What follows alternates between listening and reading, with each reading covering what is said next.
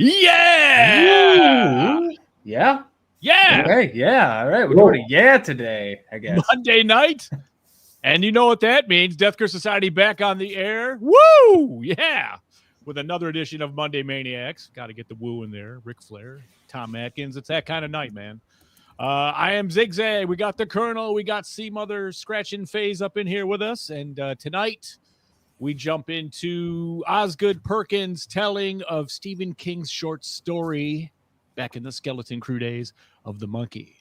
Nobody, none of you out there aren't terrified of monkeys, toys like this. Let me tell you. I already know. Because believe me, if you're in any kind of age group, Colonel, were these things even prominent around when you were like a kid or no? No. Vase, nothing? No, not at all. Not even at like a yard sale or garage sale or anything? Someone's back closet, basement, garage, something from the 67. Dude, man, these things are You see some weird shit in my garage sales around here, but I don't know if I've ever seen one of those. Well, we've got a movie. This is like a second attempt at this kind of movie.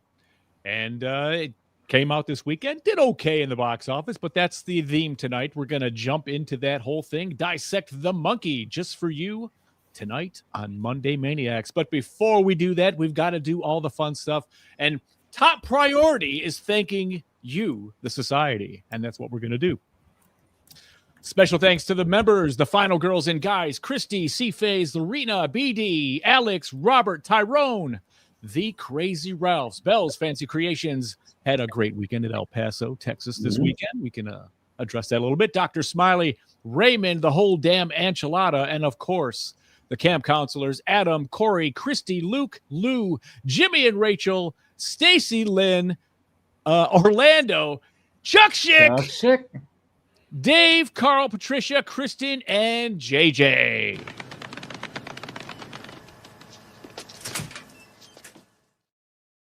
And of course, if you want to join the masses, we encourage you to do so. Go to deathcursesociety.com and find everything you need to know, all the tiers, what they offer, what it's all about. Basically, we're Patreon, just kind of killed the middleman, and it supports this show alone. That's it. And 1,000 thank yous, and we love you for it. C-Mother Scratching Phase. Yep, we're only 8 minutes in, so I'm not going to say it yet. What's up, brother? Producing the show, pushing the buttons, and keeping the chat room in order tonight. So we're going to do it, and thanks as always, brother. All right. How was your week, Colonel? It was another fucking week. Finally got a dentist appointment scheduled tomorrow. It only took fucking forever to find one that get me in shorter than 2-3 months out. And just work. And then going to see the monkey on Sunday. Did you get a popcorn bucket? No, I got a Regal. They didn't have one. Nor would I have bought one, to be honest with you. What were they? They were like $45, weren't they? 45. I had $37 or something, $38. I mean, I go to MJR here, which is, I don't know who they're really affiliated with, but they're not AMC. That's who kind of carries them in Michigan, is the AMC. And yeah, I wasn't looking for it either. I mean, if they would have had one there, I probably would have grabbed it because everybody else was, Crank got one. He was making a big fuss about it. So yeah. I mean, what's funny about me is I've seen people like reselling these online and the prices they're going for. I wonder if that's bottomed out. You think? Curiosity. But we'll see. I would say just probably not, but people that need them, there's going to be a few knuckleheads out there that are going to go ahead and drop $150 to $200 for a flipping popcorn bucket. That's crazy. No. As cool as it might look, it's cool, but it's not Xenomorph cool. That one I would pay $45. That one was cool. That one was cool as shit. But see, you wanted the Dune one because you were going to make it your own personal Dune fleshlight. That's what you wanted, right? Yeah. Well, technically, I was going to do that with the Wolverine bucket from Deadpool and Wolverine. Oh my god! But well, yeah, it's cool. Phase, how about you, buddy? How was your week? Pretty simple week. Did a lot of cleaning. I usually try to, do that every once in a while. It's healthy. Other than that, I ended up watching 2 movies this week. Other than The Monkey, I also watched Becoming Led Zeppelin, which was, in my opinion, I loved it. And this is just like a biopic of their story? Pretty much, yeah. I mean, It's not very. like there's no actors. It's like it's actual footage and shit. It's actually, yeah. It's actual Documentary. footage. It's actual guys. It's basically a documentary. And they I'm perform. hoping they get to do a part 2 because they didn't get to the end of it. They I'll didn't say get that to the much. end, like 40 measures of vodka. No, For John Bonham. no. Fuck's sake. I don't want to spoil necessarily how far they got, but not anywhere close to the end. What kind of performance are we going to see in the Led Zeppelin story? What do you mean performance? Like, are we seeing actual footage of them jamming and Oh yeah, dude. songs, full songs? Lots of great. I fucking did this. I gave it 5 stars on Letterboxd. It would be a 9.9. Damn. I don't hand out 10s, but dude, it's that close. I love docs like this, so I will definitely go see this when I get a chance. But yeah, I mean, I've heard it's nothing, people that, and I'm not the biggest Led Zeppelin fan, truth be told, Sure. but looking forward to it because I love this style of movie. My week was, we're busy at the place, but it's the same thing, playing poker, man. And it's the same theme. I was like, okay, I'm getting all these draws. I'm going to play these low ball tournaments and I'm going to chase these things. I'm going to force the odds in my favor by getting into these situations. It has to, this is how it works. So I spent like $50-$60 on, getting into different like $3 and $5 tournaments. And I chased straights, flushes, gut shots, everything. And I hit none of them. And every time I was fucking eliminated was against a made straight, a made flush, and the last one was a king. It was 1 fucking spade, and 4 ran out on the last one. So I just went, okay, that's it. And then up until yesterday, I finally won a smaller tournament. So but that was my fucking week. And then, man, I don't know where it is. It's going around. Everyone's getting a piece of it. I got this fucking stomach virus that hit me a day ago, and very strange because it feels like a full-blown flu that's going to get up in my respiratory, up in my chest. And, with the asthma and everything, I'm not looking forward to that. But then nothing. But my stomach is completely jacked up, man. So if I have to suddenly get up, you know why. I'm just going to take a page out of the Colonel's fucking book here.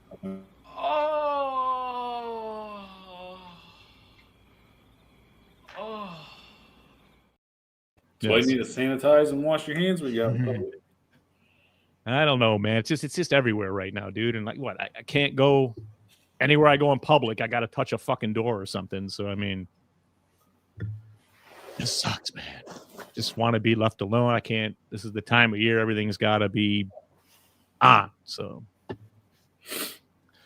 but let's do the madness, folks. We've got the monkey, Osgood Perkins, back, hot on the heels of Longlegs with a Stephen King adaptation, and he took some liberties with it. If you've read the short story, you know what I'm talking about. Either of you read it? Years ago, right? Yeah, years ago. I had to go dig it out, off the bookshelf. I don't have a copy, man. I must have borrowed my mom's years ago.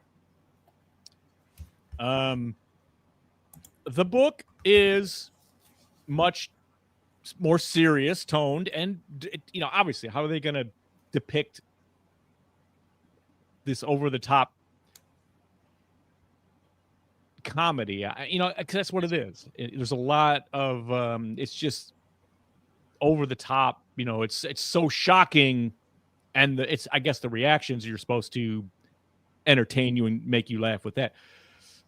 I don't know, man. We're going to get into everybody, see what you think. I see a lot of people saying, wow, this is a masterpiece. Wow, this is batshit crazy. It's batshit crazy. I'll give it that. But is it a masterpiece? That remains to be seen. What do you boys think? Only time will tell. Time, We got to review the movie, so I can't say too much. Only time will right. tell. Yes. I don't know, man. Because I said there is a lot to unravel with this thing, and I went and dug up. I found some things he said about it and why he chose some of the direction he did, and the path he wanted to go. I'm interested in hearing some of that. Actually, just what you found and what Perkins had to say. I have quotes. Yeah. Yep. I can't wait till we get there. Say hello to some of these folks in here real quick. Yeah, do the thing, man. I'm done yapping for a second. We got Rick from the Whole Damn Enchilada Pod. We got Tyrone. We got Grizzly, Welcome Joshua. aboard, Tyrone. Thank you, sir. Hmm? Didn't Tyrone catch on? That's as you were saying last week. Whatever. We'll get into that next week. Sure. Continue. We got Loreno, of course, Mama Faze. Did I say Joshua already? We got Alex, Gina, Gory Tiger in the house. Gory Tiger. I have a prize for you if you're still here, man. I think he pops in and then dumps immediately. He just kind of says, "Hey, what's up?" And then he goes, which that's fine. That's fine. But you won We something. love you, Gory. Yeah. I have a prize for you. So whenever you shoot me your where to send it, you'll have it. Big K is in here. The doctor is in. The doctor is in. BK probably needs a fucking doctor. He went and got more work on his fucking neck yesterday, man. Tattoo. What the fuck, dude? Damn. I mean, I understand you're running out of canvas for the artist and everything, but dude, like, I can't imagine those jugulars getting hit and stuff, It's like, Just be thankful we haven't seen him doing the bat wing. Yeah. So that's coming next. He's gonna have. Oh no. Yep. It's gonna say how to train your dragon on his abdomen. You know what I'm saying? Got Patricia, Tarek, Grandma Phase. Yes, and everybody, please just go ahead and state your opinions of the movie. And tell us what you thought if you watched it. Will you watch it? I did a little statistic on YouTube, a little like poll, you could call it. Only 9 people voted. 6 of them said they're going to see it in the theater. 2 of them said they're not interested in it at all, and 1 of them said they're going to catch it in streaming. They juked me again at my movie. They're like, the lights are now coming on before there's a mid-credit scene, Really? And yeah, mine did that too. Like, was there one? Because we both did. For the long ass time, credits were rolling, and they came up, and I was like, "Fuck it, I guess I'm out." So I did not see the bonus scene. It's the teaser of the next movie coming out next month. Oh, okay. Also a neon film, so apparently they had a nice 3-picture deal. Apparently, minimum. Interesting. But we're on this one. We're going to talk about the monkey. So why don't we start it with anticipation? Yeah, just get right up to it. Yep. When I first saw it, I kind of went, yeah, that looks familiar to me. And if you look at the cover of Skeleton Crew, this is the cover on many versions, is the monkey with the symbols. We should mention there's no symbols on this monkey in this movie because they were afraid that Disney, the holy power of all things entertainment, since they bought up the rights to the symbol clapping monkey, that they put him in Toy Story 3. And now they didn't want to get sued, so they just changed it to a drum. It's fine. It doesn't really change anything about what the monkey is or what it does. So, and kind of creepy. Thought it was kind of creepy. Like the symbol's good, but I mean, a twirling drumstick for a drummer is always going to be a winner too, So anticipation phase, take it, man. I was excited for this one, man. I was a little worried that I was overhyping it for myself. When the trailers looked fun, the whole fact that it was based off a Stephen King film, I was a little bit unsure because I didn't like Longlegs, and that was Osgood Perkins' previous, baby project, if you will call it that. Just, I don't know, man. I was still very excited for it. I was hoping for a lot out of it, especially since we've had a couple stinkers the past couple weeks. I was kind of hoping for an uptick in these movies, and that this would be that. I think that's once we knew it was a dark comedy, I was like, oh, okay. And then that did really kind of crank it up for me at that point. Sure. Colonel, go ahead. No, I'll be honest. My anticipation was at like a level 0. I even forgot this movie was coming out. Completely honest with you. Like when Faye said we're reviewing it, I was like, shit, it's coming out already? Like for real? Yeah. Dude, I was a clean going with a clean slate, dude. I didn't know what to expect. Like I just totally was like, whatever. Forgotten fucking movie. Like I said, it's Neon, Osgood Perkins. I'm like, that's not enough to get me excited because I wasn't huge on Longlegs either. I don't think any of us really were. I mean, Crank liked it, but Yeah, he I did. feel like that had its moments, but like the overall, I was just like, So, like I said, I didn't know what I was walking popular. into. I didn't even know it was going to be a dark comedy. I was like, monkey shines. Like literally every time I see the monkey. Granted, the monkey shines are the ones that's false advertising because that monkey is not in that fucking movie. correct. But yeah, so I was just like, whatever. I'll go see it because I have to. Right. I mean, it's not the most exciting, like, oh, wow, yeah, I'm looking forward to it, but I mean, I waited till like Saturday, about 2:00, got in there and, yeah, I mean, I wasn't dreading going to see it. So that was cool. Anybody out there, what were they thinking? Who out there watched this, and what did you guys Anybody think? seen it? There's already like 200 fucking comments. I know 2 of you at least saw it because you watched it with me. Yes. But what were your thoughts coming out of the theater without spoiling, of course? There's some really creative gore in this, in the vein of Final Destination. But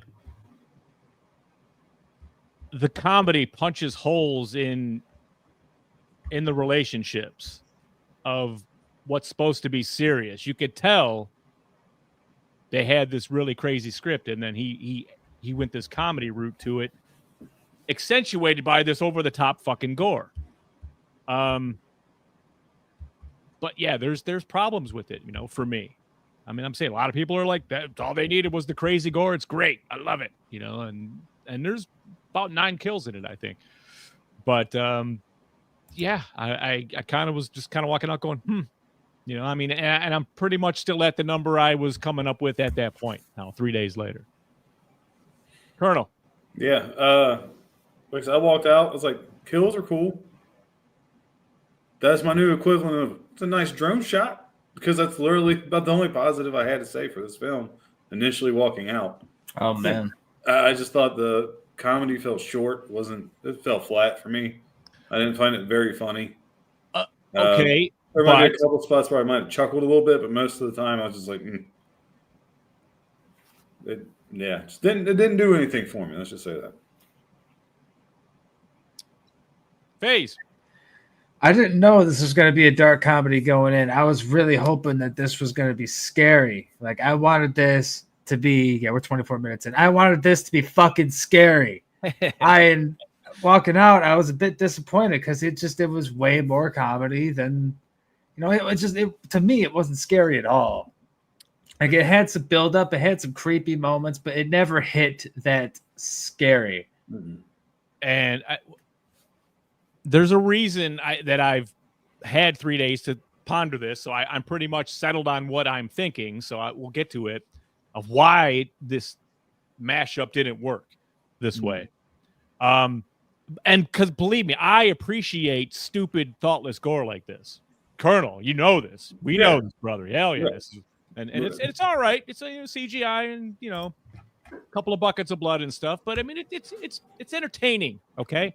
Your kills in this mostly, but it's just got problems, dude. I mean, and you can tell that it's almost like they shoehorned this comedy into a serious situation, like with real deep scars within a family dynamic that gets treaded on, I think, with all the comedy like that. So, especially if, again, read that short story, man, you see what I'm talking about. Mm-hmm. But having said that, it's still not. I think it's worth a watch. But as we'll see as we start breaking it down now, and going to be hard to avoid spoilers around here a little bit, but we will try to warn you if it's something major. Sure. Yeah, I got some thoughts in the comments here. Okay. Bethany's saying it wasn't kind of the comedy she was expecting, which kind of on the same boat there. I wasn't expecting any comedy. Loretta says the kills were fun. A lot of people said they haven't watched it yet. A lot of people are expecting it to hit streaming soon. Definitely love the kills. It made 25 mil. So, ooh, wow. The gore was meant to be funny and wasn't at all scary. And Sue pretty much, Grandma Faye's nailing it there. Yeah, exactly. It was okay. Not really disappointed, but it wasn't as good as I'd hoped it'd be. That's fair. I mean, you're kind of in the middle there. I guess I'm definitely in the disappointed realm. I hyped myself up too much. Well, we'll see if, what I'm going to spit, what you guys are going to spit is going to, maybe we'll get people all thinking the right way about it. And then maybe we can come up with a consensus for this shit. Okay. BK, Jesus Christ. I would rather have the monkey smashing the cymbals on my junk than getting my throat stabbed with the tattoo needle. Oh, my brother. God, dude. And BK had one of these. He had one of the cymbal monkeys when we were kids. So, I mean, and they were freaky back then, too. They absolutely were.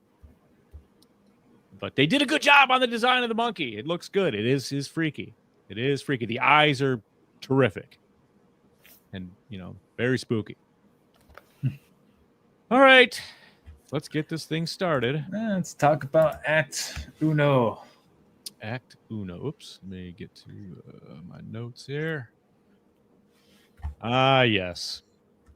Like we opened up with pilot Petey Shelburne returning a toy monkey to a pawn shop. He's covered in blood.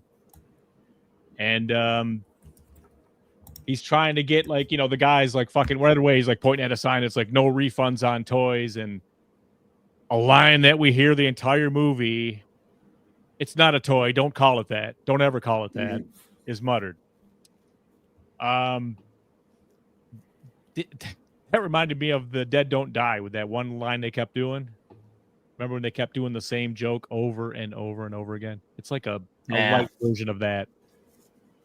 But so the guy doesn't believe him that the monkey's fucked up and the monkey's hand is up in the air, and he's like, it doesn't even come down. He's like, you don't want it to come down. If it comes down, we're all fucked. So the drum comes down. Nothing happens immediately, but in the pawn shop, there's a harpoon gun that falls over and hits the guy right in the guts.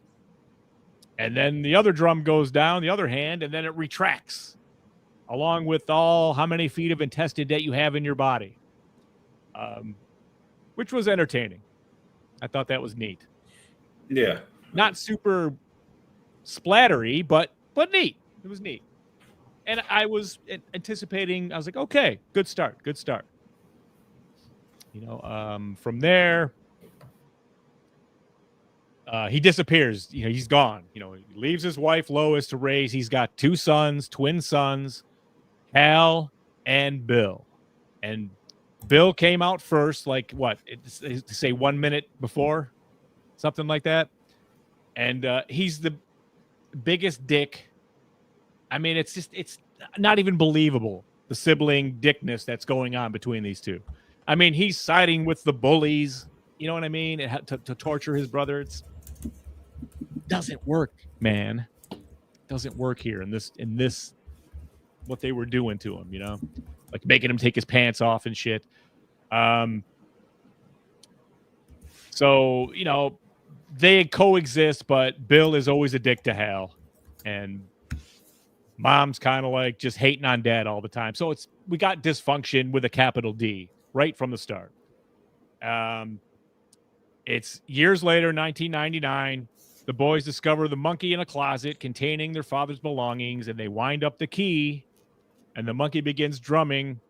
Well, they've got a babysitter, and they go to what is it, Benihana's or something? It's one of those hibachi chefs, where they got the grill right in the middle. And the monkey's in the car somehow, starts playing the drum, and the hibachi guy launches his big knife out and cuts her head off. And and it falls on the grill. What'd you think of that kill, Colonel? It was interesting. I never seen anybody flirt like that. Yeah, it was funny, man. That was weird. Like I said, the humor with the kills worked for me. Yeah. The other humor did not. So I mean, I thought it was pretty funny. That I did get a pretty good chuckle out of. Especially when the blood was pooling out and boiling on the flat. Yeah. Oh, that was good. But dude, I mean, if they would have kept it in that vein and that style of delivery, I think this probably would have worked, man. But we gotta get this dynamic worked out between these brothers, which he doesn't talk to the other brother anymore. We find out that Hal, he has a 9-year-old son of his own. His wife is getting remarried to an expert on child rearing. It's Elijah Wood in a little bit role. Pretty funny. Yeah, okay, so Annie gets killed. And then Bill just he's fucking with Hal so much that Hal develops a hatred for his brother, actually turns the monkey's key, hoping it will kill Bill. Instead, kill Bill. Sorry. Relation. Instead, right in front of Bill down in the kitchen, Mom suffers a sudden brain aneurysm and dies right in front of Bill because the monkey does not take requests. He kills who he wants, when he wants, once the key's turned. So that's another thing, man. They don't really give you any backstory on this fucking monkey. And I'm the one that's always saying this shit all the time, but I don't know. I don't do. I guess, do we need the backstory on the puzzle box in Hellraiser? Do we need, this one would have helped. A little backstory would have helped. Would have gone a long way. Okay, good. I'm glad it worked in Hellraiser, in my opinion. I mean, I don't know. Even in Hellraiser, I mean, there wasn't much, but there was something like this. Right. This one is just like, oh, don't turn the key on the monkey, and what was that? So Hal, he's guilty as hell now. He hacks up the monkey, and it gets rid of it. And then they both move to Maine to live with Uncle Ida and Uncle Chip, Aunt Ida, Uncle Chip. And then the monkey reappears at the new home where they're at. Both boys realize, okay, that we're dealing with something that's beyond our knowledge, so we need to. No one can turn this key. And then Bill, despite Hal's protest, tests it out. He turns the key. Uncle Chip dies. They don't show it. It just kind of goes right to a funeral and a picture of sitting on a coffin, which it was funny the first time, I guess. It's kind of a running thing. A lot of running jokes in this movie. Mm-hmm. And real quick, I'm pretty sure Uncle Chip was played by Osgood Perkins. I could be wrong about that. I'll tell you right now. Uncle Chip is, yes, Uncle Perkins. Yeah, he's Chip and Bill's uncle. Dude threw himself in there as a joke character. Yes, I mean, and let's see. Let me get back to where I was. They seal up the box and then they throw it down a dry well, hoping that that's the end of it, and then it jumps 25 years from there. And I'll stop and we can see what everybody's thinking after Act 1. Yeah. We had a Sarge appearance. We could see what she's thinking here. Well, she's telling me, granted, it's going this. She has no idea what the hell we're talking about. What's the backstory on the monkey? She thinks she knows. All right, let's have it.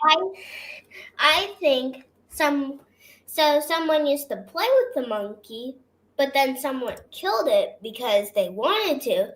So the monkey got so angry, started killing everyone else when he wanted to. You're a theory. I think that's right. That could be it. I don't know. It's pretty good. We're going to say bye to people so we can. That is a great theory, though, Sarge. Bye, Sarge. Bye. Have a good night. You too. You too. Sweet dreams. I will. Fighting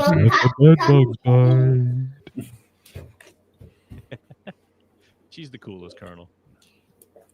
I know. She's awesome. All right. So sorry. I know before we get too far in Act 1, I know I mentioned this to you guys slightly last night.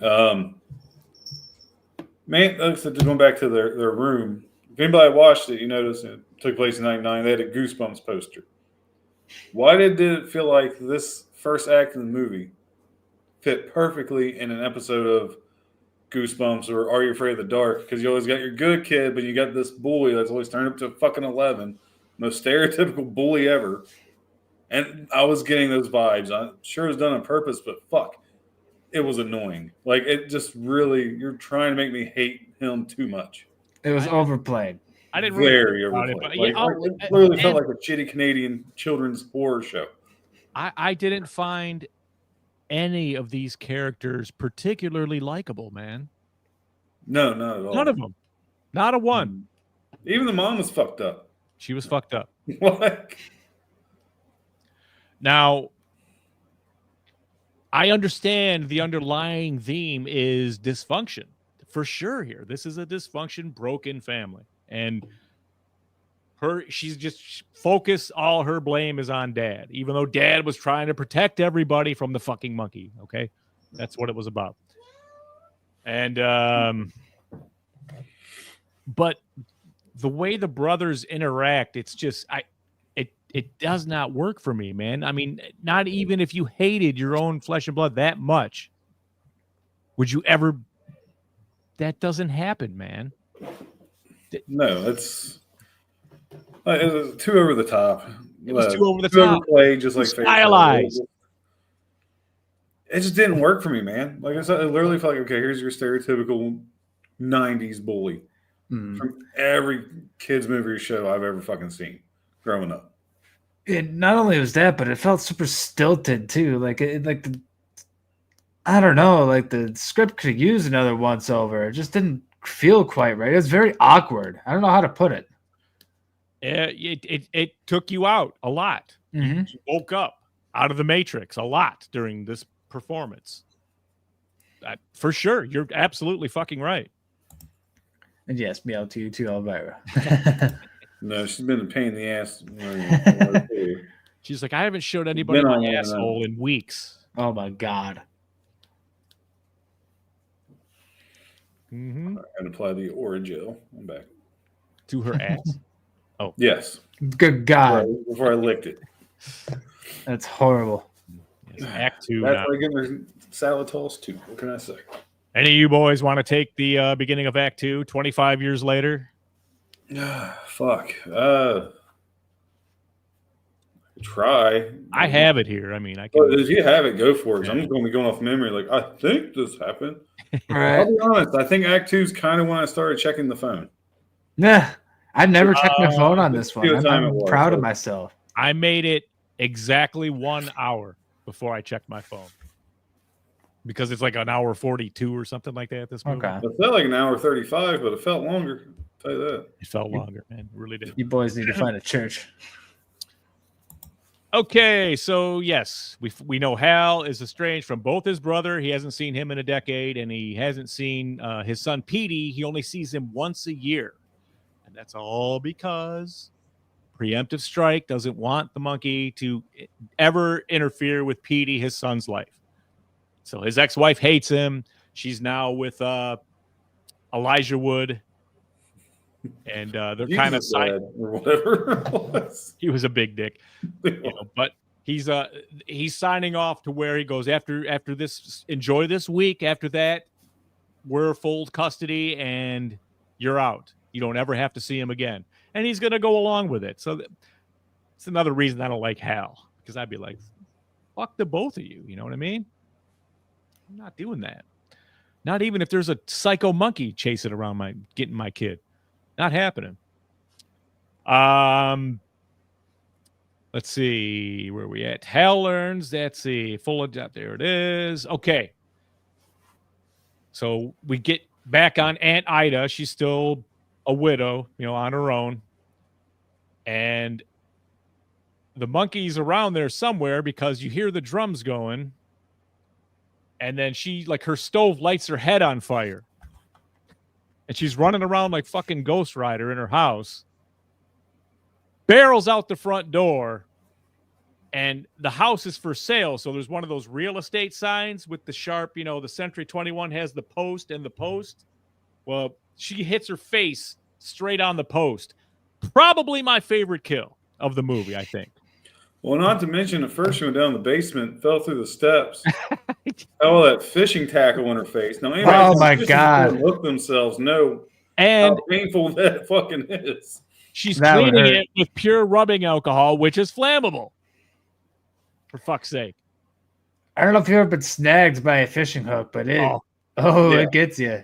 I've been Dude. hooked a few times, man. It does not feel good. I got hit on the cast once on the pullback. Ooh. Oh, and it just ripped the back. You know, it put a nice 1.5 inch rip, Oof. but it didn't stick in there, thank God, because I would have been tripping. Okay.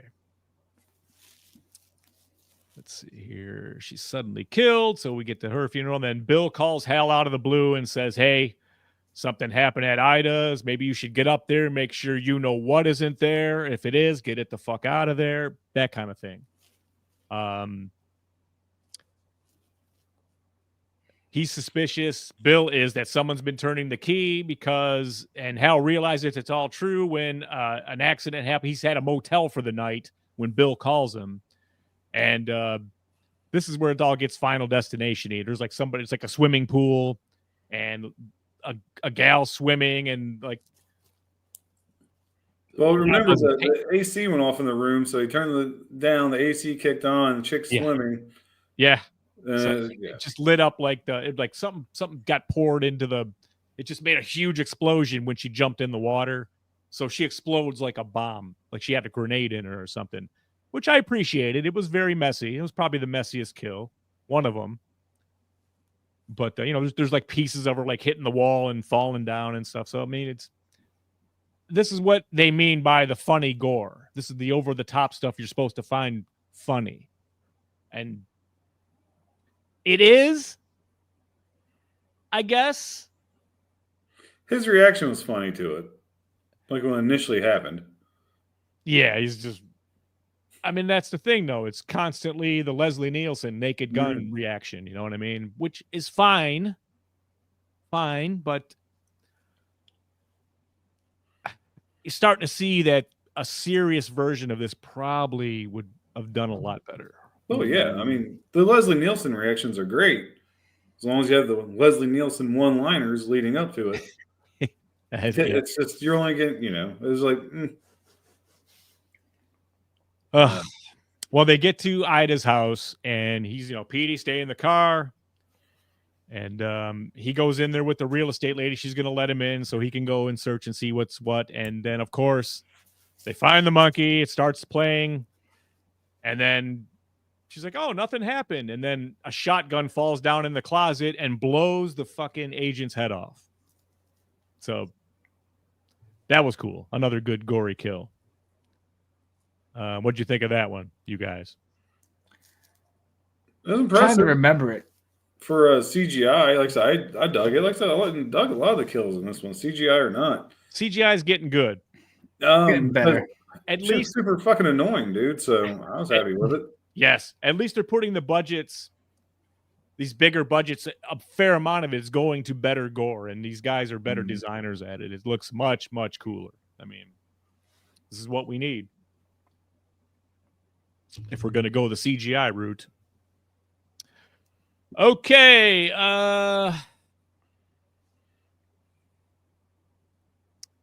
We're almost to 3. But I'm going to finish this part here. Okay. Yep. Okay. Yep. That's okay. Right. All right. So we figure out that Bill is indeed right in town. He's been there the whole time, possesses the monkey, having hired a local derelict, Ricky, to go get it for him. And then Bill, having long suspected that their mother's death was caused by Hal using the monkey to try to kill him, has spent years waiting for its return and to use it in retaliation. However, the monkey does not take requests. He kills when he wants, once the keys turn. That's that. So instead of Hal being killed, it's only been killing random locals around town. You don't really see anything. I mean, Bill calls Hal and threatens him and says he suspects whoever turns the key is immune from being the next victim, and tells Hal he will allow Petey to turn the key to keep him safe. Otherwise, Bill will keep mercilessly turning the key until Hal is killed, no matter who dies as a result. And that wraps up 2. So what do y'all think so far of The Monkey? The dramatic conclusion coming at you right after this. At this point, I mean, I knew it was more comedy than horror. Well, So yes, it's like, well, I mean, at that point, I had accepted this, and I wasn't really sure where it was going. I don't know. That's really all I have to say at this point, I think.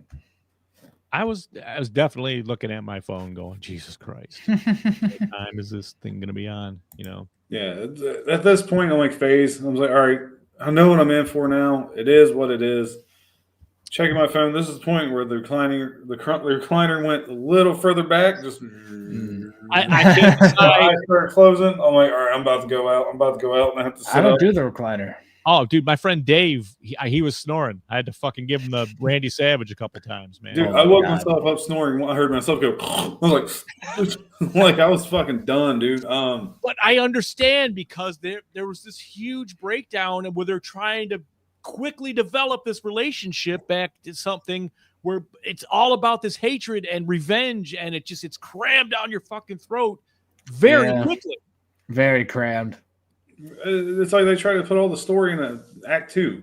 It's just that, and also his relationship with Petey, and I just wasn't getting into that. And that felt.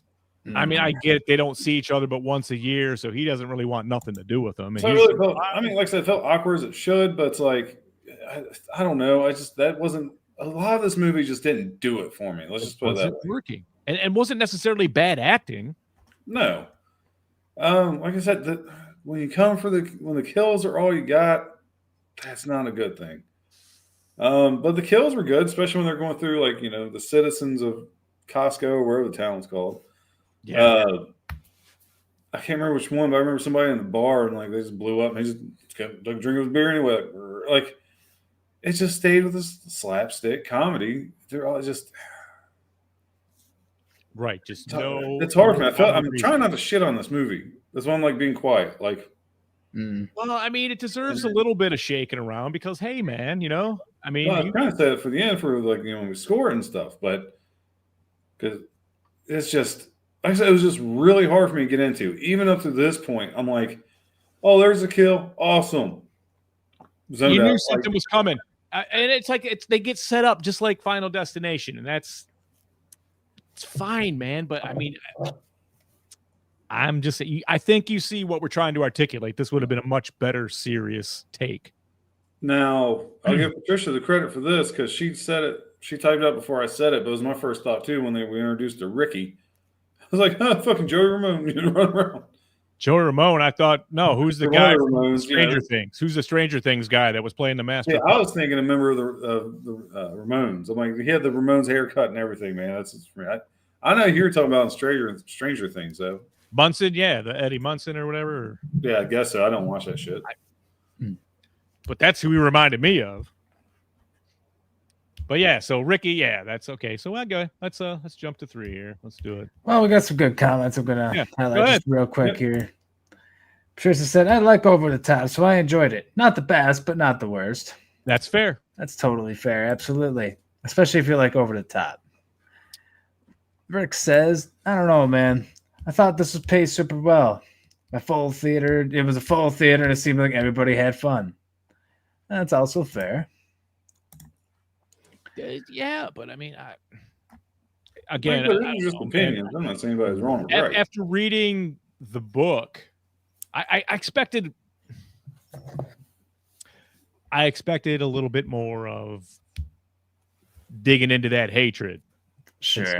They did, but they just kind of went lap. They just hit you with a wet fish with it, boom, right in the kister with it, and just, oh, okay, Yeah, but like you said yesterday, like, oh, well, if we read the short story, I was like, you shouldn't have to read the short story before going and seeing this movie. No, you shouldn't, because you shouldn't have to. I mean, I can read The Outsiders and watch The Outsiders and enjoy both for what they are. it'll probably ruin Lord of it. the Rings, I can read Lord of the Rings. Like, it still makes it an enjoyable movie. I don't have to be like, you need to read the short story before you go to see this. Then you'll really understand it. I wanted you guys to read it for the context of it, just to totally ram this point of how a serious take would have really fucking been cool. Sure. No? But Joseph Scott has a counterpoint for us. All right. Pretty big one here. He says, I really enjoyed the comedy. Super dark comedy. Again, it reminded me of Pulp Fiction. He also says, I don't know. My thinking is really different from yours, to be honest. I think it's my favorite film I've seen this year. I think the comedy was smart. I think all the characters were over the top. I liked the comic book feel to it. It reminded me of Creepshow a little bit. It's not a bad movie. Can't say I disagree with any of those points either. I just guess it's not really for me, is more what I'm getting at. I think I ruined it by reading and knowing the short story.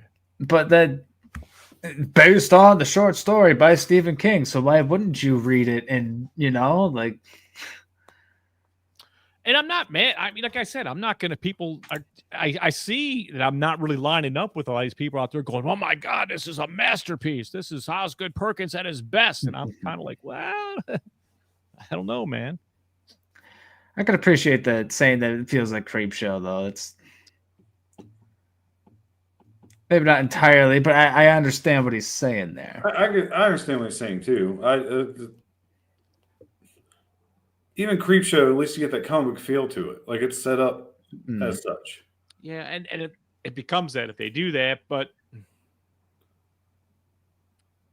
which I can see it definitely has that Creepshow feel to it. I kind of wish I had watched it maybe with that lens on. Maybe I would have appreciated it more. Sure. I don't know. Like I said, didn't know what to expect, but I didn't expect a dark comedy. I can tell you that. Well, that one trailer kind of portrays it as such. I didn't watch the trailers though. Oh, okay. I really went in blind as fuck on this one. So I knew we were going in for that, but I mean, I was still like, well, they're still going to keep the essence of that, and they changed a lot, so obviously. Derek brings up a fair point. Wait. They made a movie based on the Stephen King short story, and it didn't match? Yeah, Derek, we get it. Fair point. I'm just saying, for me, after being a fan of that for 40-something fucking years, and now here it is, and somebody made one of these in 91 or something like that. They did this story. It was part of something. I can't find it. I looked.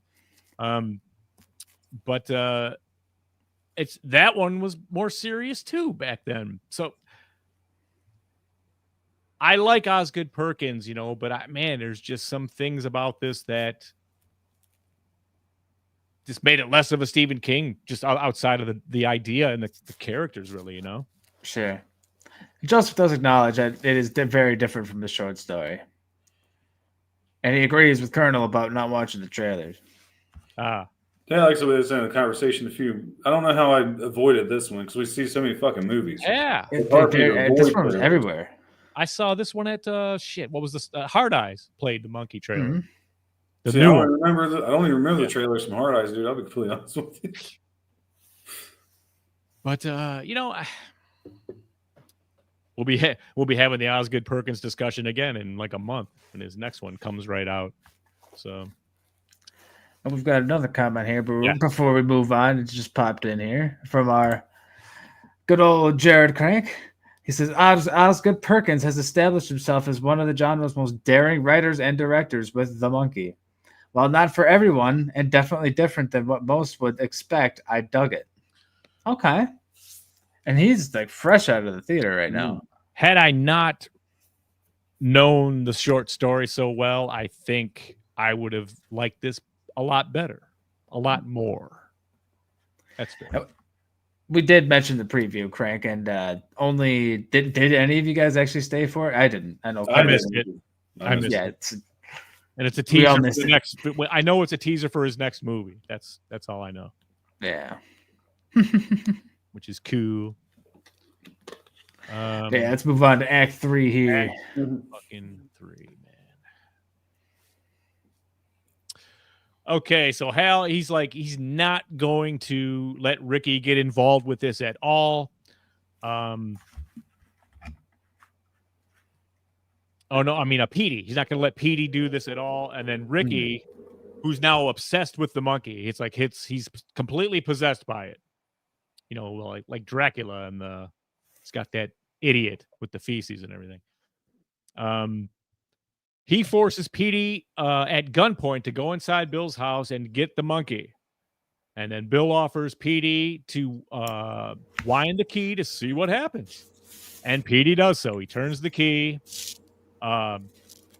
Ricky is sitting outside with Hal, and they're like kind of looking out the window going, hey, what the hell is that? And they turn on the lights. It's the biggest hornet's nest you've ever seen. I mean, it's one of those concert beach ball size. And they're just all buzzing around. So Ricky gets all fucking like, oh, freaked out, and like takes a shot just like by accident, puts a nice bullet hole in the windshield, and the monkey starts to play. Yes, the wasps come right in and do a Candyman on Ricky. Straight up Candyman. Like, Straight up. It's a fucking ripoff. Like, I was thinking, well, they're getting sued. Not really, but like they used hornets instead of bees. Yeah, it's hornets. They were CGI, they weren't real. There's more to this kill, and I'll go in depth one because I know it's a topic of favorite kill. Yes. This one's probably I'm raising mine. them right now. Okay. So, yeah, this one where I was like, oh, fuck yeah. Like, oh, yeah. That was my fuck yeah moment. I will say I have a fear of hornets. I don't know what that that specific phobia is called, but I have it. And this did not trigger it. These fuckers were not scary. They were so CGI to the point where it was not real at all. I don't think it was meant to be, but yeah. Well, I remember I was a kid, man. We had this tree out by this shed that was just falling apart. Had a hornet's nest dug in it. So me and my buddy thought it would take a great idea to take sticks and start hitting this damn hornet's nest. They started flying out and started stinging the kid I was with, and we took off running in the house, man. Oh, You have spexophobia phase? That's what you have? Is that what Rick is saying? Cool. A phobia I will not be able to pronounce. Huh. Sphinx. Same thing with oceans. I don't fuck with oceans. That'd be That's like agoraphobia or something. That would be a horrible way to die with the bees like that. So be fucked up. Once the wasps take out Sorry. Once they take Ricky out, the hornets or the wasps, whatever the fuck they are, Hal runs into the house where Bill, seeing that his brother is still unscathed, attempts to force the monkey to drum without turning the key in a fit of rage, begging it to kill Hal. In retaliation, the monkey starts like doing a drum solo, man. He's playing till the bitter end, triggering widespread death and destruction throughout the town, but touching nobody in the room. Bill finally gives up, and the twins reconcile over their shared grief of their mom and apologize and look forward to the future. And the monkey drops the hand one last time, causing a chain reaction, and Bill is decapitated. Which wasn't too surprising. You kind of knew something was going to happen at this point, just based on the comedy, that there's no fucking way this movie was going to end that clean. You know, there's no way. But it's just so mousetrap-like. It was, dude. Oh my God. Man. I was like, the swords falling and just like, goddamn. Yeah, there were traps in the house he had set up. Traps. So Hal and Petey drive through the devastated town, accepting their fate as the monkey's owners to prevent the key from ever being turned again. And then at an intersection, a weird scene happens. A pale black-eyed man riding a pale horse, implied, I guess, to represent the pale horse. Obviously, he's a rider on a pale white horse. It's death. Like, yeah, I mean, it was the most blatantly. I mean, it's like, yes. I was looking at that like, really? They're just doing this right now? That's the pale horse. Okay, it was random. It was that in the short story? That part because it was random. It's like, Oh, there's death all around us. Oh, there's death. Like There he is himself. literal There's death. literally death. He's kind of looking at him sideways and shit. And Hal, determined to reconnect with his son, suggests, as their mother used to do with them when they were boys, to go dancing. And PD accepts. Roll credits. And it's paid for the mid-scene credit. Yeah, apparently there's a mid-scene credit. So that teases the next movie, and yeah, we all missed it. And because our fucking theaters didn't know. You know how they usually give you like directed by Osgood Perkins, cinematography by like one at a time? Mm-hmm. Kind of know there's something coming. Well, then the regular credits started rolling, the fucking scroller. So I went, oh, Yeah, there the you go. scroller started rolling, the lights came up. The lights came up, so we left. Fuckers. But I know Bethany mentions it here before we get too far into it. But the bus scene, loved it. I did too. Bus scene. That did make me laugh. So it was like the third time I laughed watching this movie because it was just funny. That I found funny. I don't know why. If everything that I could have been funny, I didn't find funny. That's why I was like, because they were cheering at his aunt's house, like all the cheerleaders like cheering death for the town. So you're at that, the one stoplight in town. They're all hanging out the window. Yay! Semi tries by and just takes them all out. You just kind of reminded me of Beetlejuice. Yeah. That shit was funny. I was like, they got the one last chuckle.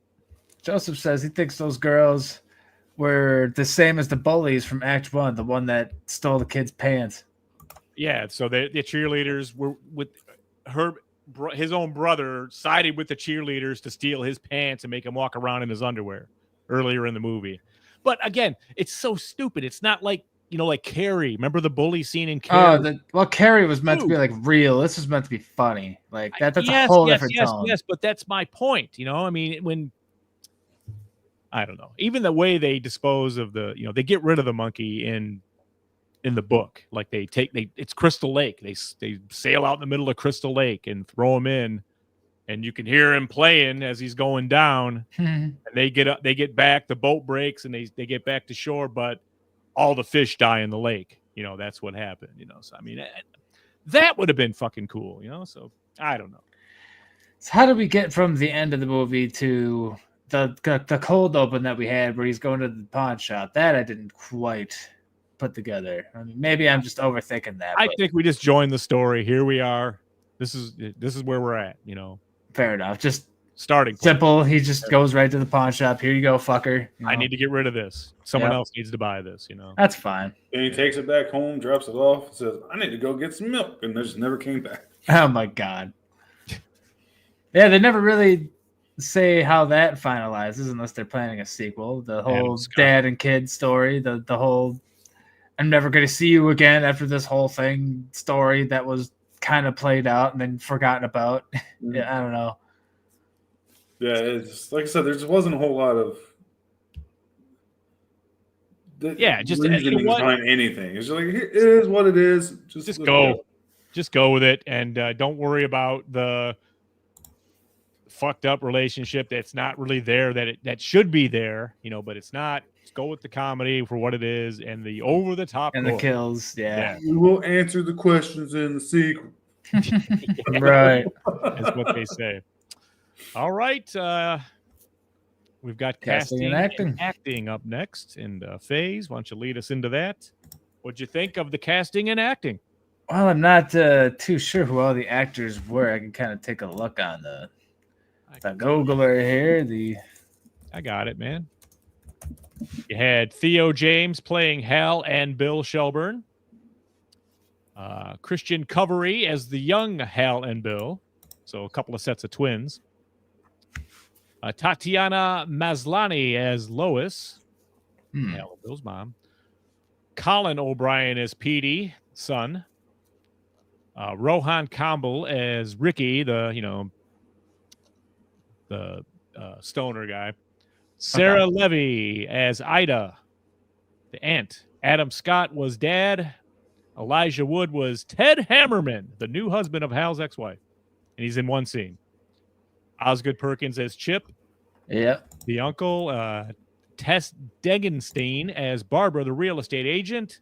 Danica Dreyer as Ann Wilkes. Did you catch that name in there, guys? Yes. Yes. The babysitter's name was Annie Wilkes. Stephen Oh King's shit! Okay, I did not catch that. Misery.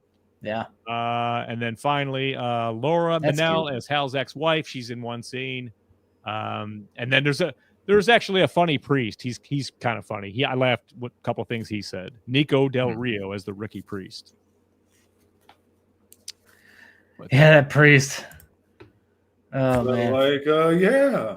Like, it's When he walks up, he's like, "Fuck." yeah, he's like, fuck. That was funny. Nobody really stuck out, you know. I think I say this a lot, man, but I think they were going against a pretty rough script here. A little stilty, a little awkward. Maybe it was partly their performances that was awkward too. I don't know, but just none of it felt real. I mean, this was just comedy and kills. Everything else was just really, really, really, really, really awkward. And I don't know who to blame. Everybody carried what they were supposed to do, but they just took everything, as Joseph has said and many of others have said, it's just very over the top. So much to the point where it's beyond where it needs to be for over the top. You know, I mean, it's fine, but I mean, see it. You'll see what we're saying. Yeah, you know, but nobody did a bad job that way. They did what they were supposed to do. I think they followed the direction and writing of their of Osgood Perkins. You know, so yeah. Oh shit! My mom did point it out to me. I just forgot. Yeah, Colonel. All right, yeah, no, I mean, if I have to pick, I'm with you guys. I mean, they were all over the top, so I can't say it was good or bad. I mean, they all. So if I have to pick somebody, I'm just going to say Elijah Wood because he really stole the one scene he was in, and even threatening an arm wrestle dude for custody. But again, it was just the typical Elijah Wood cameo. It wasn't anything special. I took your him power. chewing up the scene, and then Colonel, I took your power. How? That shit was funny, man. He's like, no, I'm not giving you my power. Yeah, but like you said, you guys nailed it. Usually, I'm the one that's like, "Oh, it's too over the top for me." It's nice to have company on this one. It is what it is. It's too over the top for me. Like I said, to pick, it's just they were all good, I guess. Like I didn't care. That's the thing. Like I wasn't like, "Oh, they acted this one great." I just didn't give a shit by the end of it. None of these characters are likable, man. Not a one. Not even Hal. As a boy, glasses. Even the wardrobe was cringy, man. I mean, the acting wasn't cringy. Nope. I just remember fucking, wearing. I didn't wear them, but I had friends that wore like that silk bowling shirt with the flames and the Jinkos, and I was like, "Fuck, goddamn! I can't believe we wore shit like that." I didn't wear the Jinkos. I certainly have a bunch of poker shirts like that with fire, and I got one that has blood on it. And shit. I'm surprised they didn't give him frosted tips. Well, it was 99, wasn't it? And then that's why I was surprised they didn't have frosted tips. I was like, "Fuck, we did really dress like that, didn't we? That's bad. That's terrible." Well, y'all sucked back in the day, but it's okay. We're better. How did anybody have sex back then, man? It's just, what I mean? How did we get anything done? But then all the women had wind tunnel tested whole can of Aquanet on their hair, so it was out to here back then. So that's how it was. How it was, man. Writing and direction. Before we get into this, I want to pull some of these quotes that Osgood Perkins said. Yeah, go for it. I want to hear this. In writing the film, Perkins chose to give the film comedic elements because he thought it was more fitting for a film about a toy, and he wanted to distinguish the monkey from more serious horror films about possessed toys. Mistake. Perkins further stated that the comedy in this film is intentionally avoids subtlety and makes the use of extreme gore to joke about the absurdity, pointlessness, and randomness of death. I guess there's more than one way to skin a cat.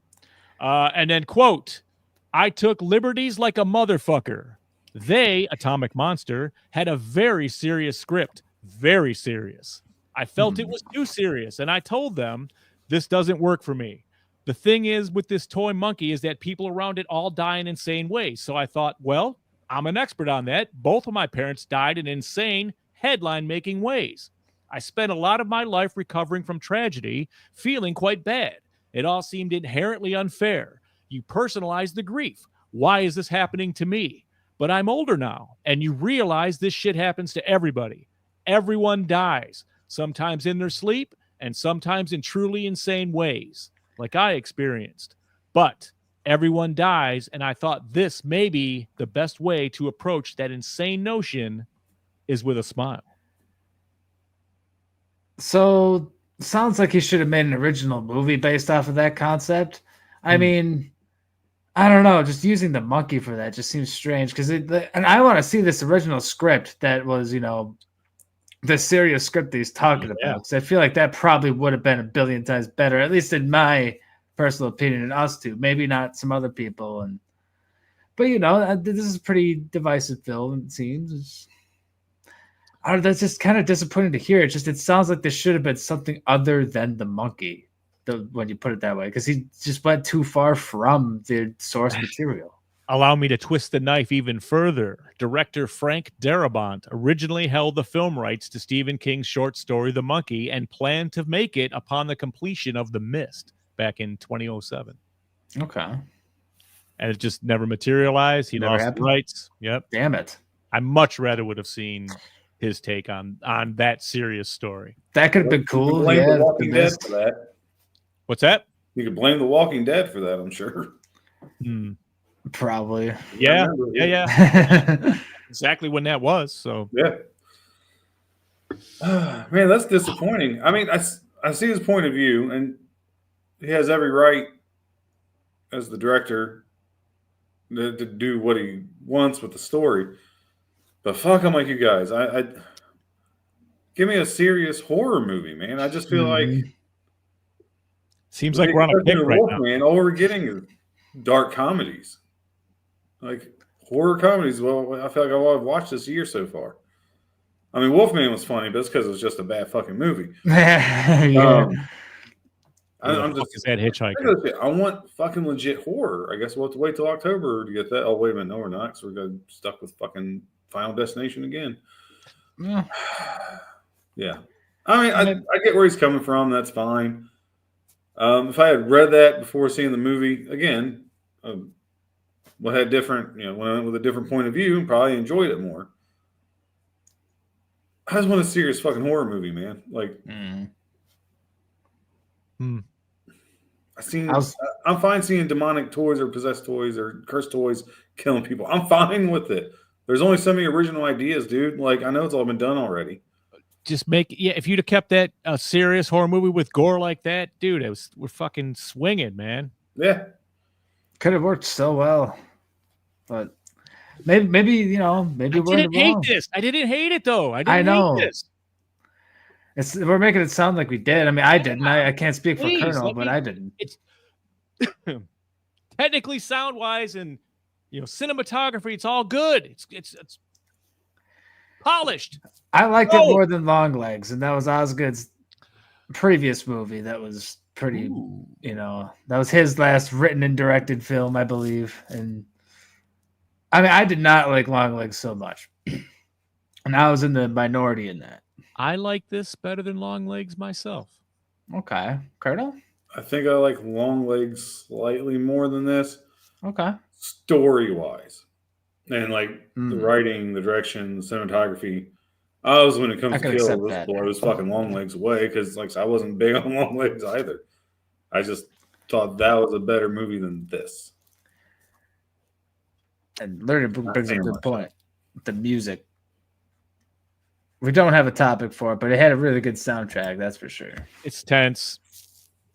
But then, it almost that felt over the top at times. Yeah. But I don't know if I'm gonna look forward for on vinyl or anything. But yeah, music was good. It was definitely.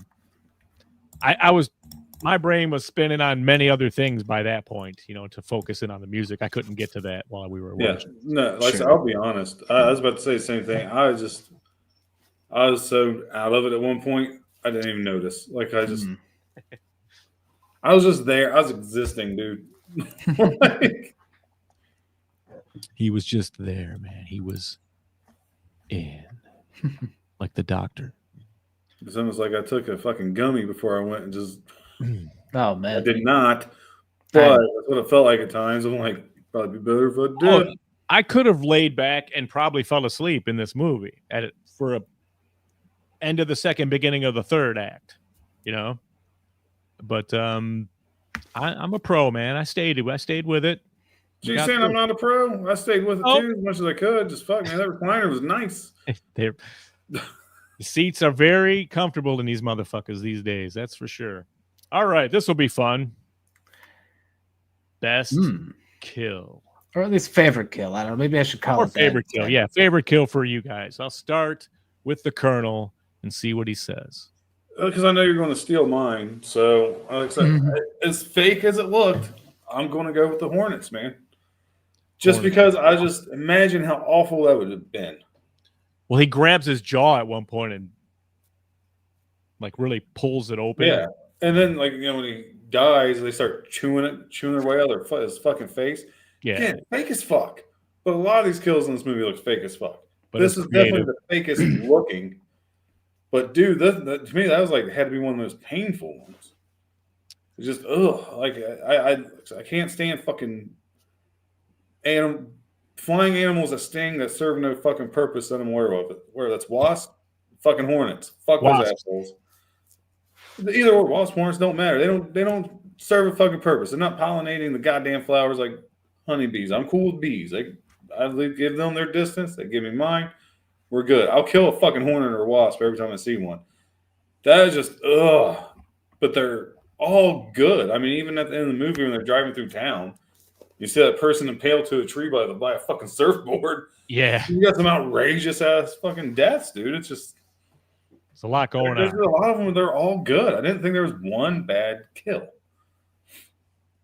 Everything that you got to see, they pretty much got right on top of. FaZe, what was your favorite kill? Oh man, that is kind of tough. I liked the kill in the opening. I thought the harpoon. I'll quickly recap for you. The harpoon gun, babysitter Annie Wilkes, brain aneurysm. They don't show Chip. Aunt Ida, the motel pool explosion, the real estate agent shotgun blast, the wasps, and then Bill. Probably have to say, I'm going to shout out the burning baby real quick because that was really funny. The fucking burning stroller, the woman screaming, that shit was funny. Yeah. But I think my favorite would probably be falling on the fish hooks and then slamming her head in the fucking. that was just, I love the fish hooks part because that looks so damn painful.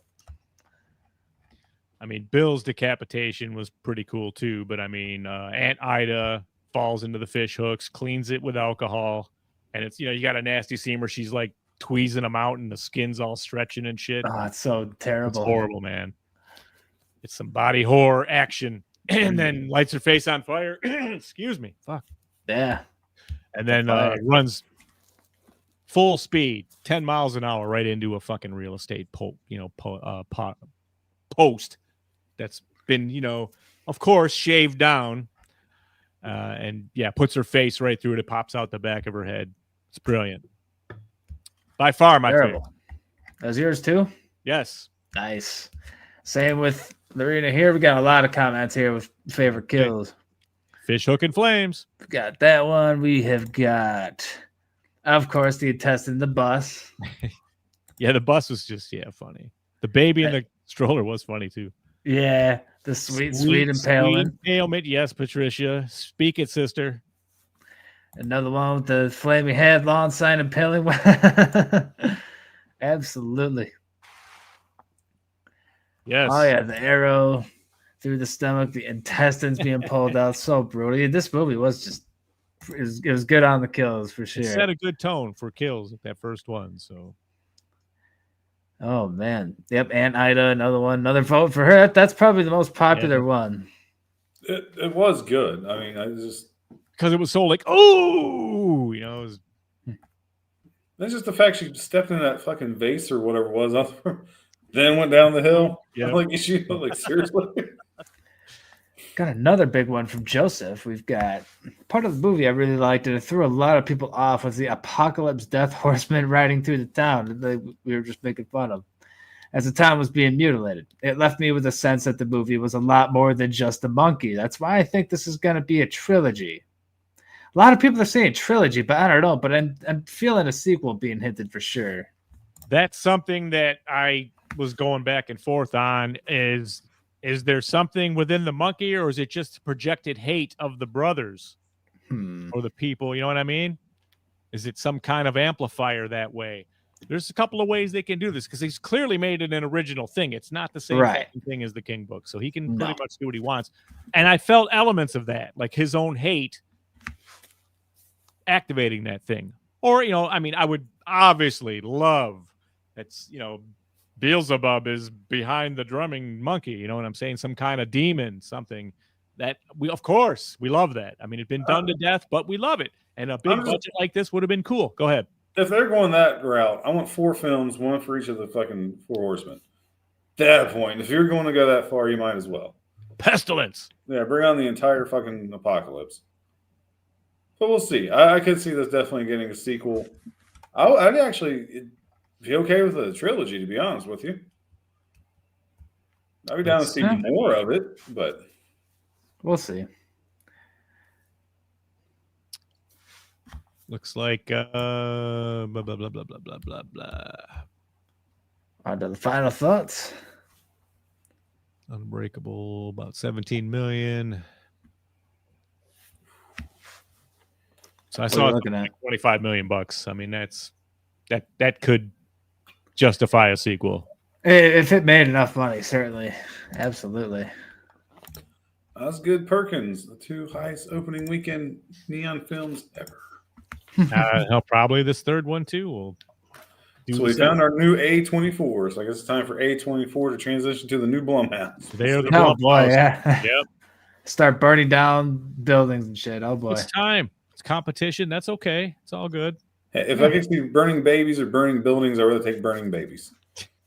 That's the fresh take, That was fun. Who's wanting to start with the rankings there, fellas? I'm kind of curious what Faza say, since he seemed to be the one that was most hyped to see it. All right. Set the tone with the Phaster.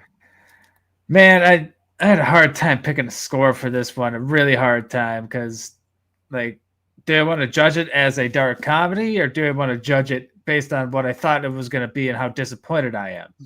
Because, man, especially hearing what you just said now, I really wish Osgood would have just made it his own thing. I really don't get it. It feels like the whole based off of a Stephen King novel was just a way to get you to come to the theater. And they're like, oh, this is actually my original thing. Gotcha. That's the way I'm kind of taking it right now. And, that's just me being kind of a bitch. I'll admit that. But I don't know, man. It's just, I wanted this to be scary. I wanted this to be dark. And I'm very kind of disappointed hearing that there was a darker script out there that got scrapped before this dark comedy was made. It's just, damn, man. I was going to give it. Was ready to do it. I was going to give it a little higher, but man, with this new knowledge, man, I'm just going to say a solid even 6 for this thing. It's an okay dark comedy. You got misled though. And I feel slightly lied to. That's it. A 6. Colonel. 6.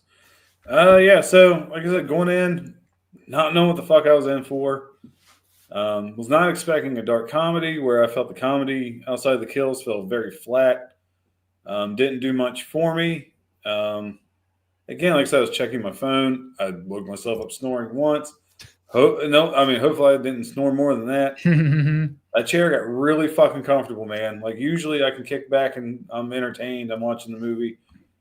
This didn't do it for me, but it had some really nice kills. Like a killer drone shot, you got to have some nice kills. Sure. So they decided to do a trilogy out of this. I'd like to see it. I think there can be improvements made upon this, and it's not like it's the worst movie I've seen this year. No. But it's far from the best one I've seen this year. Granted, I couldn't even remember which 5 I've seen. I had to double check my notes and reviews because I was like, "Fuck, what movies have I seen this year?"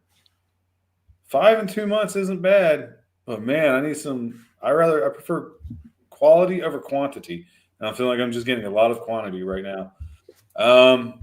I won't be a pussy about this. I don't give it a 5 because the deaths were that good. But I can't recommend. I can't say go to the theater and see this. Like, oh, wait till it's streaming. Yeah, that's cool. Go ahead. Save your money. I can't recommend seeing this. Going to the movies to see this. I just can't. A 5. A 5. Man, now I feel like I gave it too high of a score, but that is A-okay. Like I said, no one's right or wrong. It's all opinion. No, it's all. This movie did nothing for me. It was better than Right. Wolfman. I'll give it that. Ziggy? This movie has problems, and a lot of it for me is because I cherished the written version of this. Hearing Frank Darabont wanted to do this doesn't help. I think he would have knocked this out of the fucking park. Pretty much love everything that guy does.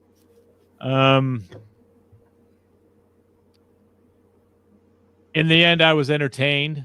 So, as a gore hound, this has got some of the best of the year for gore so far. And as implied, I can take it that way. I guess I could just accept it. It's just that these guys are really, really playing over the top versions of, real life scenario. And that's important in this particular movie.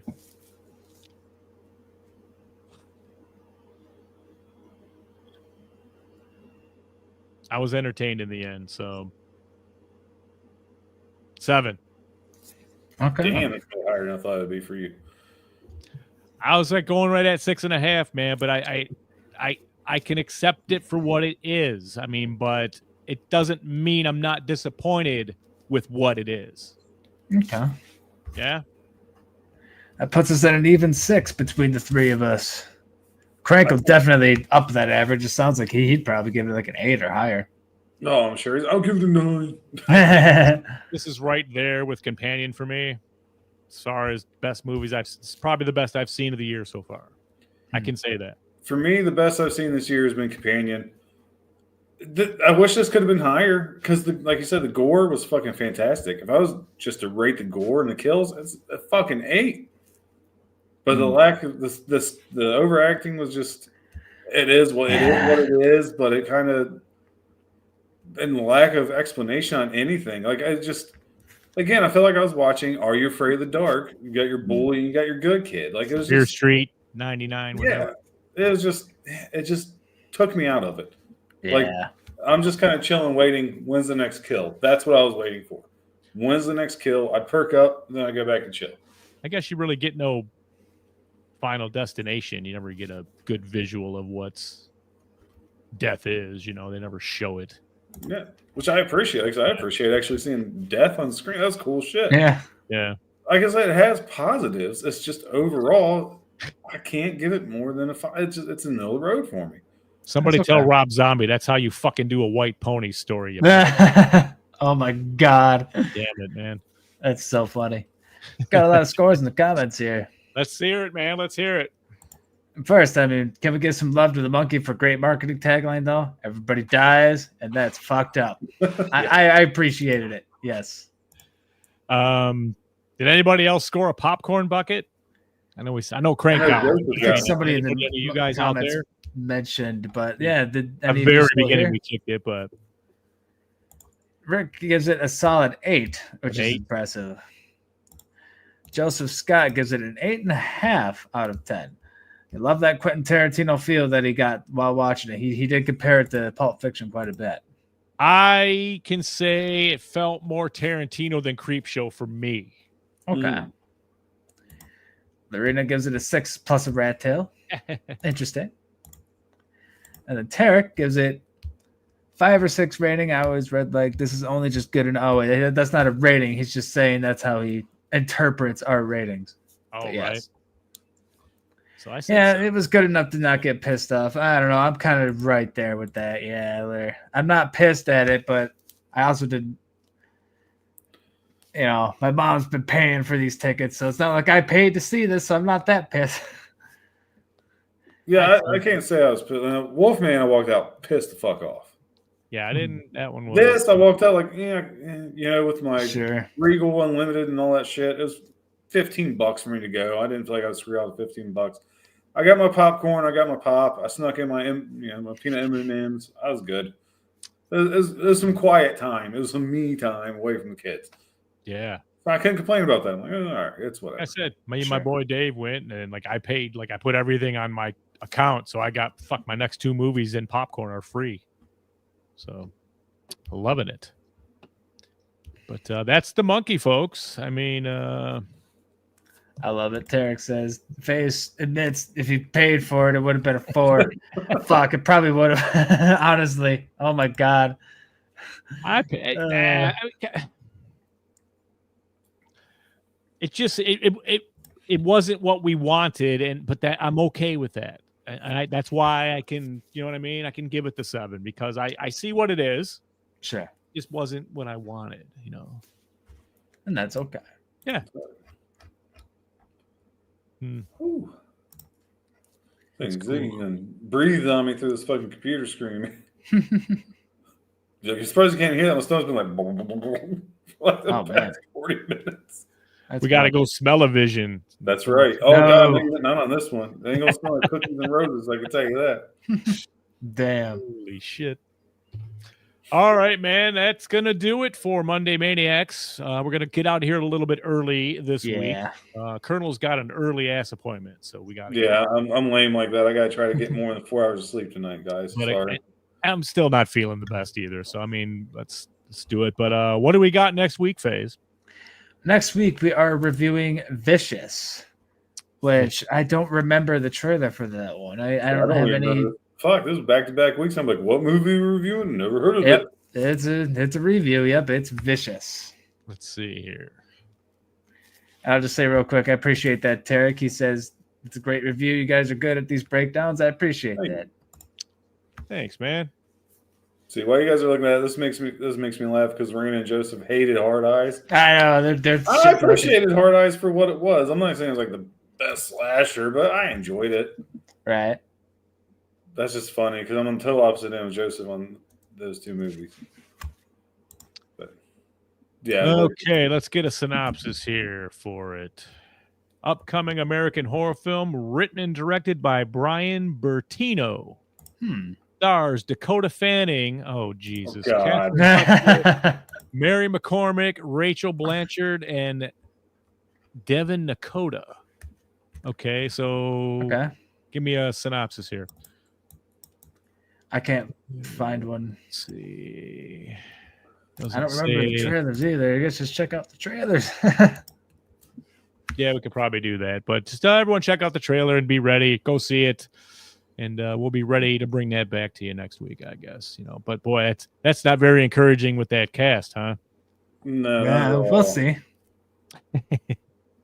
I do remember. I recall seeing this trailer already and kind of going, "All right, that'll be. That's probably something we're going to work on." Yeah, I remember the name. I think I've seen the trailer a couple times this year, but it's not sticking out. What else is Dakota fucking Fanning though? Maybe she's trying to get away from her childhood roles and trying to be more scary and mean. I don't know. Looks like we're going to the movies again, though, so that's cool. Ooh, nice, Tarek. Gina says she got a Heart Eyes mask. It'll be interesting to see what kind of. I imagine she wants to make a wreath out of it. Yes, they're fresh out of El Paso, Texas. Hopefully, you guys kick some major ass bells, fancy crews. Yeah, man. It looked like they did. It looked like they had a good time too. So they loaded out in like 5 minutes. They had nothing to bring back. Hopefully, and yeah, it's good. They're spreading out, man. We got to get them up here, up to the north here. Get them up to Whorehound. Get them up Motor City Nightmares. Oh, God, I think you would do well. Don't even get me stirring horror. Show you how we do it in Michigan. Oh, yeah. All right, Colonel. Tell him, man. Yeah, so the monkey, not to be confused with Monkey Shines. Don't let Or the monkeys.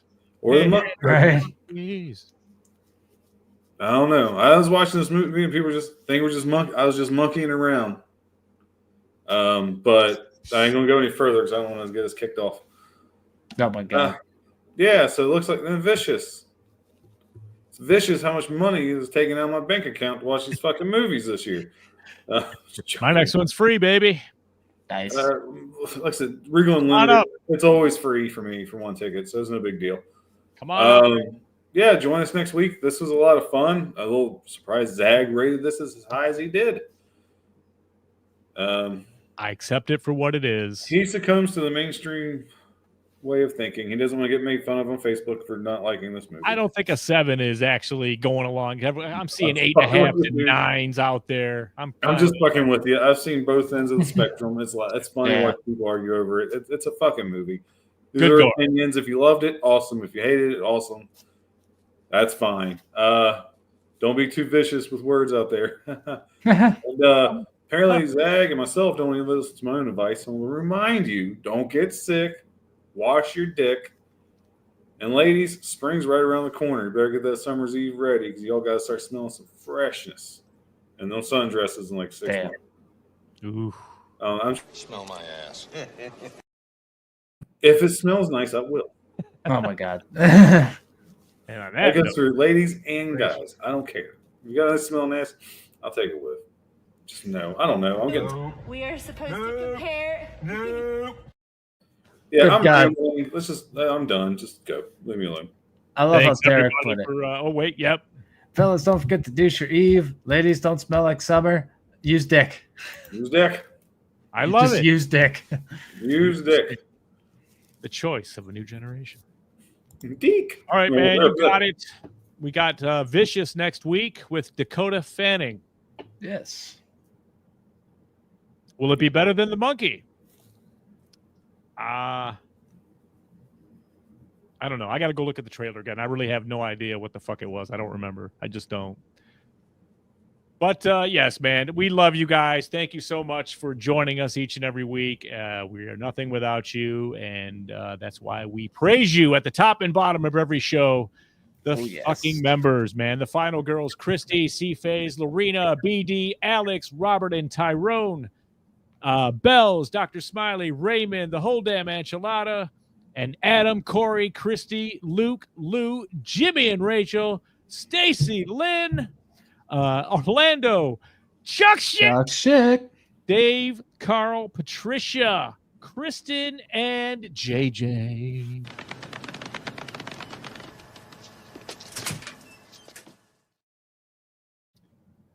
Yes. That's where you go to sign up. If you want to get in here, if you're still hanging around and wondering what the hell is going on, that's where you can get on the inner circle. It's all there at deathcursesociety.com, plus all the other kick-ass shit that goes into that. Crank fucking wasted like 6 months of his entire life just locked in that development room getting that website up. So please go out there and check it out. And thanks, a million thanks to see motherfucking Phase. I can say now at the bottom of the show. See how my voice is going. Yeah. Feel better, you guys. Damn. Yeah, man. This is bullshit. It's fucking got a million things to do. Damn enchiladas, dude. Now with the dick. But thank you, FaZe, for pushing the buttons and keeping the chat room in order and doing everything that you do and giving the monkey a 6. It's too high in my opinion, but for a black comedy, it's a 6. My disappointment would probably be a 4. So it is what it is. Is what it is, man. And next week we will see what's going to happen to fucking Vicious. So for the Red Crank who's on assignment, for the FaZe, for the Colonel, I'm Zigzag. We are Death Curse Society, and DCS is out. Rock and roll!